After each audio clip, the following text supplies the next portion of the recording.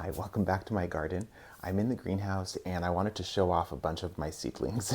so we have like a mix of things in here. Some of these were cold sown this winter and they've started germinating, which is awesome. Others started indoors and then have made their way out here because they're cold hardy enough and they would benefit from the extra light and stuff. And then this first tray in front of me, these are actually volunteers. So these are lupins, which it was a patch of red lupins that I had, and I had left some of the like flower spikes on, so like the seeds germinated, and then there was like a bunch of little lupin seeds around the base of the parents. So I just collected them all and put them in this tray. I think a critter ran through here because some of these look really knocked over, but enough of them look okay, and they're all free plants, so it's like just awesome. And then in the next tray, I have a few edibles. I have some broccoli, some spinach, and some broad beans. We did a whole bed of broad beans, but I knew that there would be some gaps, so I did a few extras here. So I'm going to take these ones and plug them in to where the gaps are in the main bed. And then the spinach, I think I'm going to wait till they have a couple of true leaves, just also till they're like a little bit more robust. Although we try to keep the dogs out of the raised vegetable beds, they do occasionally run through, and I think if something's just like that little bit tougher, it has a better chance of surviving. Not too much showing up in this tray over here, but I do have some baby nasturtiums that are starting to poke their heads up. So that's pretty cool.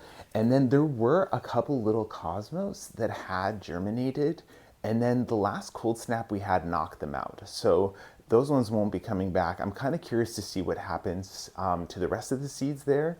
And if not, it's not the end of the world because I have like a whole other tray of them. So it's all good.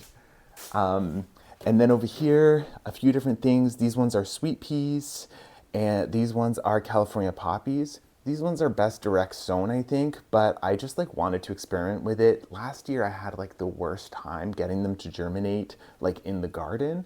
So I wasn't sure if it was like bad seeds or if, I don't know, you're supposed to put them on dirt and our beds are mostly mulched. So I think that may have been part of the problem. Anyway, I'm curious to see what happens. I'll not let them get root bound because they have a tap root. So I'll probably pot these pretty soon. And then over here I have a calendula. It's orange something, and I don't remember the actual name, but I'm really excited about those two for kind of the herb medicinal bed that we're planning. And then over here, a couple more edibles. These ones are going to be arugula, and these ones are little lettuces. Let's see, butter crunch lettuce. So for these ones, although they only have a couple sets of true leaves, I think I want to up pot them because again, they have roots sticking out the bottom, and there are a few cells where I have two. So I thought if I could separate them, that would probably be better for them. And then I have a tray of red kale. Now this is like a lot of kale, but they're also really cool like ornamental plants. So if we end up with too many, that's fine. And then these last three here, I don't think anything has germinated yet. But we have, these ones are the big leaf lupin. Those are like our native ones. And then these ones here are German chamomile, also for the herb garden. And then these ones here are the great blue lobelia, which is a North American native. And unlike a trailing lobelia like you'd find in baskets maybe at the grocery store, these ones have like really tall spikes. They're kind of like cardinal flowers, but the blue version. Okay, and then on this side, I have a few different things. So these first two are Delphiniums. There's two different varieties. These are the Guardian White, and then these ones are Sky Blue. And these ones I recently brought in, they were in the garage, so they were getting kind of that like heat during the day and then cool at night. And then because the temperatures are consistently above freezing, I brought them out here. These ones are pretty hardy plants, so I think they'll do pretty well. And I noticed that some of these have roots coming out of the bottom, so I'm gonna check them a little bit more carefully and then maybe think about potting them up today. And then on this side, I have some sweet peas. So the difference between these ones and the ones that I just showed you are that these ones were grown in the garage. So I think that extra heat made them a little leggy, maybe also some lack of light, even though there were there's a ton of grow lights and I'll show you. But yeah, anyway, so I ended up cutting the tops off them so that they wouldn't get too floppy. And they do have like secondary like little sprout things coming up. So hopefully being out here and it being a little cooler and a little brighter, they'll do well. And then the middle row here is violas. So those are the sherbet variety. So, or sorbet, I can't remember, one or the other. Anyway, so those ones are just kind of doing their thing. I'm not sure what the next stage is. I think when I check the roots for all of these, I'll think about maybe potting those up as well. And then the last ones are the snapdragons. So these ones are white, Potomac white, and they don't look super happy. I'm not sure if I did something to them. I think part of the problem might be that they're sown like really thickly. Like one of the cells I can see like 6 different plants. So I think I'm gonna go in, see if I can separate, and if I can't separate, maybe just like cull all the little ones and just leave the strongest one for each one.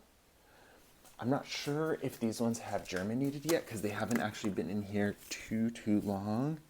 So this is all sweet peas as well. We love sweet peas. This one is Rubenza Cosmos. So, oh, I do see one has germinated over here. I only put the lids on because I was worried that the critters might be eating them. So we'll see how that goes. And then once they germinate, I'll take them off. There's also like one hole down there in the greenhouse, so I'm gonna try and plug that and that should help solve the problem. This one is also Cosmos, and these ones are the bright lights. So this is like Cosmos sulphureus, which are like the yellow, orange, sometimes red. And then this one is also Cosmos, and this is the cupcake white, and I don't see any germination. And then this last tray here is Echinacea purpurea. So a few of them have germinated. I see some like baby leaves here and there. So I'm going to give it a little more time, and then I don't think those need to be potted up anytime soon, so they should be pretty good.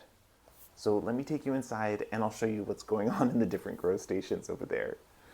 Okay, so this is the indoor nursery, and this is where all the most tender plants live, at least for now.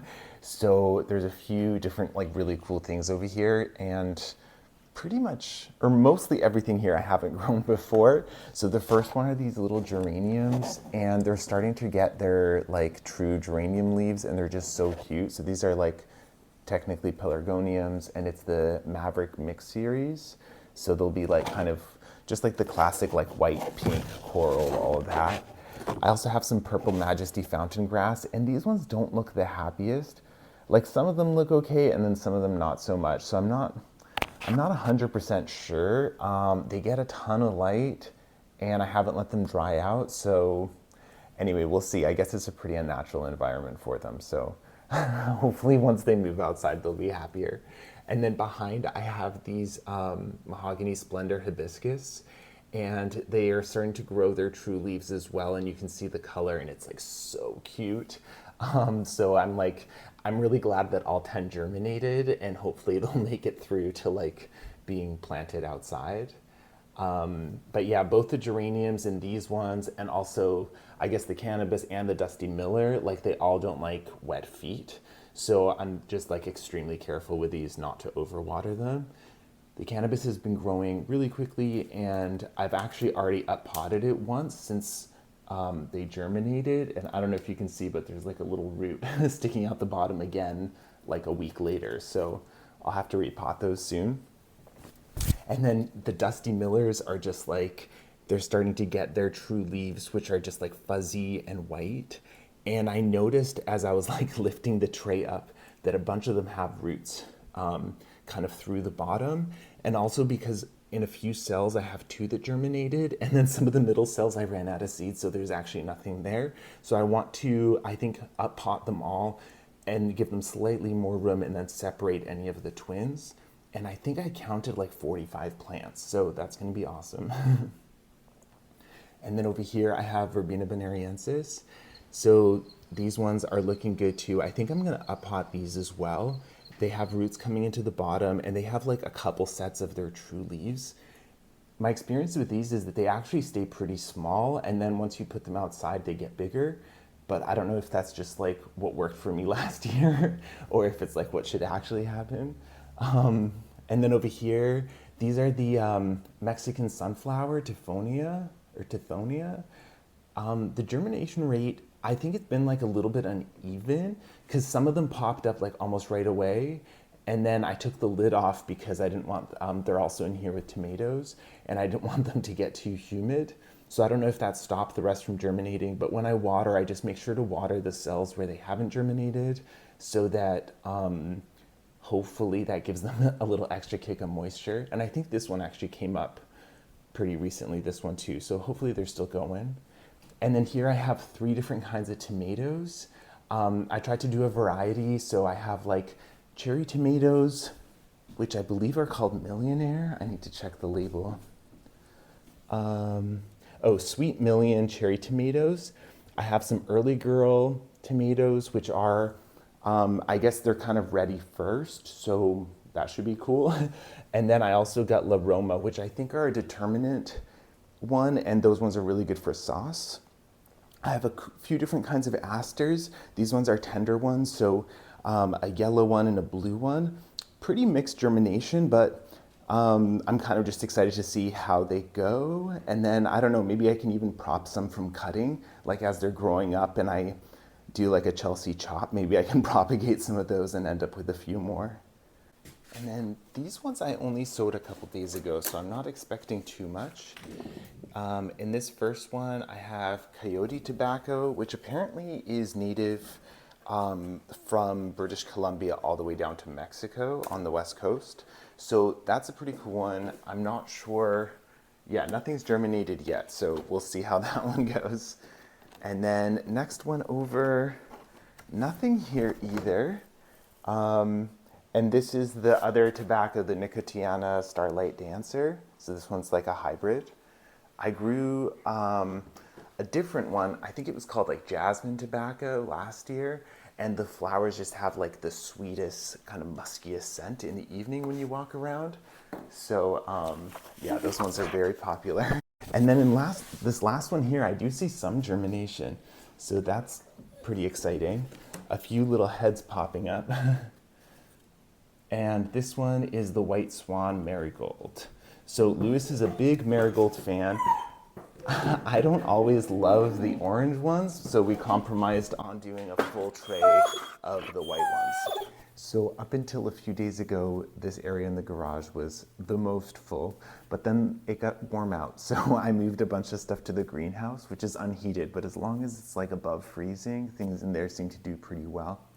So the only ones that I have here are Campanula White, and then this one is Cat's Lavender Blue Stock. And then in here, nothing has germinated yet. I just sowed this one the other day. So this is the Amaranth Hopi Red Dye. So I've also like winter sown some of this, so I'm curious to see which one does better. That one hasn't germinated either. But these are plants that like don't like it too hot, so I don't know if they would be happy inside. They might grow too fast and then get leggy. So I think by having them out here, basically it gets down to about kind of 7 to 10 degrees Celsius, so whatever that is, like 45 to 50 at night. And then during the day, right now it's sitting at about 70, which is like 25 or so.